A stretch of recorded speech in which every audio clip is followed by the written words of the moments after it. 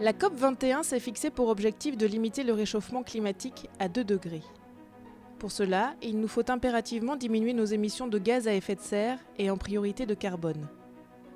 Si nous n'y parvenons pas, les conséquences pourraient être catastrophiques pour l'humanité.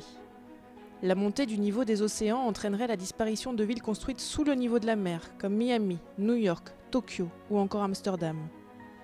La multiplication des sécheresses, des typhons, des inondations conduirait à l'explosion de la pauvreté, de la malnutrition, des maladies. C'est aujourd'hui qu'il faut agir. L'objectif est de réduire nos émissions de 40% à l'horizon 2030. Le bâtiment, secteur le plus émissif avant même celui du transport, est une priorité.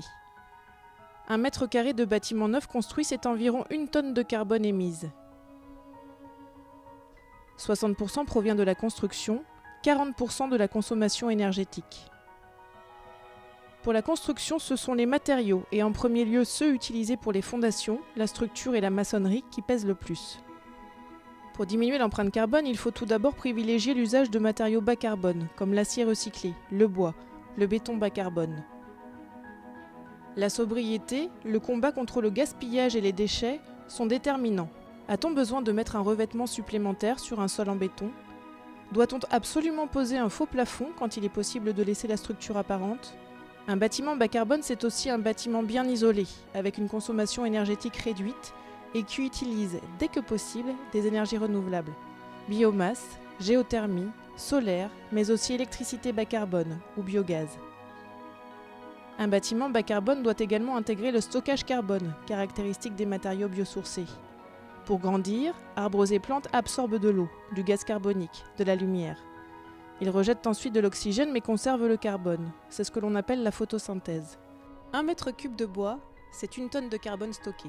Les matériaux de construction biosourcés constituent donc de véritables stocks de carbone pendant toute la durée de vie du bâtiment. Leurs applications sont multiples: murs, planchers, isolation, façade, fermeture. Une autre pratique bâtiment bas carbone, c'est utiliser dès que possible des matériaux recyclés.